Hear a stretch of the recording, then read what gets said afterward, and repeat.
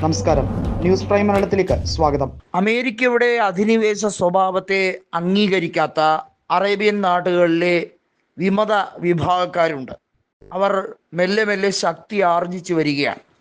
ഇറാനോട് കൂറും പ്രതിബദ്ധതയും പുലർത്തുന്ന GCC രാജ്യങ്ങളിലെ വിമത വിഭാഗങ്ങളുടെ സംഘടിത നീക്കമാണോ എന്നത് സംശയിക്കത്തക്ക രീതിയിൽ US എംബസികൾക്ക് നേരെ ശക്തമായ ആക്രമണം, US-ൻ്റെ എയർ ബേസുകൾക്ക് നേരെയുള്ള അതിശക്തമായിട്ടുള്ള ആക്രമണം, വലിയ തോതിൽ ഈ GCC രാജ്യങ്ങൾ ആകെ അങ്കലാപ്പിലായിരിക്കുന്ന സാഹചര്യം കൂടിയാണിത്.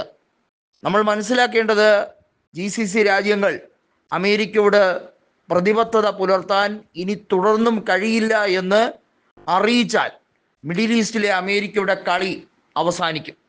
പാകിസ്ഥാൻ അടക്കമുള്ള രാജ്യങ്ങൾ അത് ആഗ്രഹിക്കുന്നില്ല. പക്ഷേ റഷ്യയും ചൈനയും എല്ലാം ഇപ്പോൾ പരിപൂർണമായി അമേരിക്കയുടെ ആധിപത്യം അവസാനിക്കണമെന്ന് ആഗ്രഹിക്കുന്ന രാജ്യങ്ങളാണ്. അമേരിക്കയുടെ ഏകാധിപത്യ നിലപാടുകളെ ശക്തമായി ചോദ്യം ചെയ്യാൻ GCC രാജ്യങ്ങൾക്ക് കെൽപ്പുണ്ടാകട്ടെ എന്ന് ഇറാന്റെ പ്രസിഡന്റായ മസൂദ് പെസക്സിയാൻ വളരെ വ്യക്തമായി പറഞ്ഞത് എല്ലാ രാജ്യങ്ങളെയും ഒത്തുകോർത്ത് മുന്നോട്ട് കൊണ്ടുപോകണം, തുർക്കി അതിന് മധ്യസ്ഥത വഹിക്കണം എന്ന രീതിയിലാണ്. നമുക്കറിയാം, ഇറാനും റഷ്യയും തമ്മിലുള്ള സാഹോദര്യം അത് നീണ്ടുപോകുമ്പോൾ അത് മികച്ച രീതിയിലുള്ള ഒരു മുന്നേറ്റമായി പരിണമിക്കുമ്പോൾ ഉർദോഗന്റെ പങ്ക് വളരെ വലുതാണ്. തുർക്കി സാധാരണഗതിയിൽ പാകിസ്ഥാന് വേണ്ടി റാങ് മൂളുന്ന ഒരു ഏജന്റ് പോലെ, ഒരു രാജ്യം പോലെ, പലപ്പോഴും നമ്മുടെ രാജ്യത്തിൻ്റെ ഒരു ശത്രു രാജ്യം പോലെയൊക്കെ നിൽക്കുന്നത് നമ്മൾ കണ്ടിട്ടുണ്ട്. തുർക്കി പക്ഷേ ഇപ്പോൾ യൂറോപ്യൻ രാജ്യം എന്ന രീതിയിൽ, യൂറോപ്പിലെ മുസ്ലിം ഭൂരിപക്ഷ രാജ്യം എന്ന രീതിയിൽ അവർ എടുക്കുന്ന തീരുമാനങ്ങൾ പലതിലും ഒരു പുതിയ ശരിയുണ്ട് എന്ന രീതിയിലേക്ക്, അതായത് നമ്മുടെ രാജ്യത്തിനെതിരെ കാണിച്ച നെറികേടിനെ കുറിച്ചല്ല പറയുന്നത്. ഇപ്പോൾ US-നെതിരെ നയങ്ങൾ കടുപ്പിച്ചുകൊണ്ട് റഷ്യയും ഇറാനും നടത്തുന്ന തീരുമാനങ്ങളെ ഔദ്യോഗികമായി അംഗീകരിച്ച് ഉർദോഗൻ എടുക്കുന്ന നിലപാടുകളെ കുറിച്ചാണ്. അത് പുതിയ ഒരു രാജ്യതന്ത്രമായി തന്നെ കണക്കാക്കേണ്ടി വരും.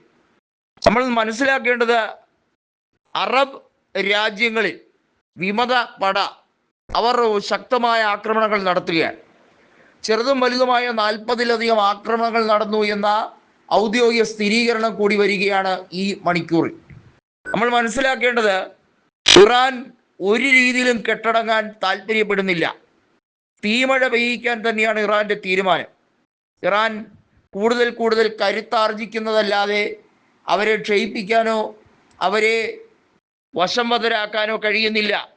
ഹോർമൂസ് കടലിടുക്ക് അടയ്ക്കാൻ ഇറാൻ തുനിഞ്ഞില്ലെങ്കിൽ പോലും യുദ്ധത്തിന് വിരാമമിടാൻ തയ്യാറായി നിൽക്കുന്ന ഡൊണാൾഡ് ട്രംപിൻ്റെ അവസ്ഥ നമുക്കറിയാം. ട്രംപ് ഇന്ന് പറയുന്നതല്ല നാളെ പറയുന്നത്, നാളെ പറയുന്നതല്ല മറ്റന്നാൾ പറയുന്നത്.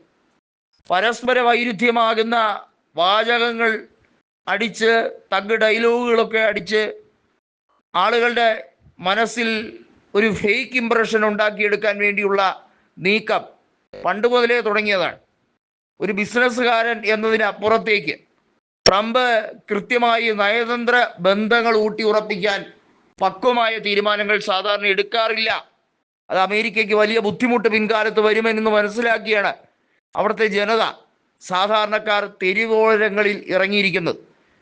ഇവിടെ GCC രാജ്യങ്ങൾ അമേരിക്കയ്ക്കെതിരെ തിരിഞ്ഞു എന്നതാണ് ഈ യുദ്ധം കൊണ്ട് ഇറാനുണ്ടായ മറ്റൊരു നേട്ടം എന്ന് പറയുന്നത്.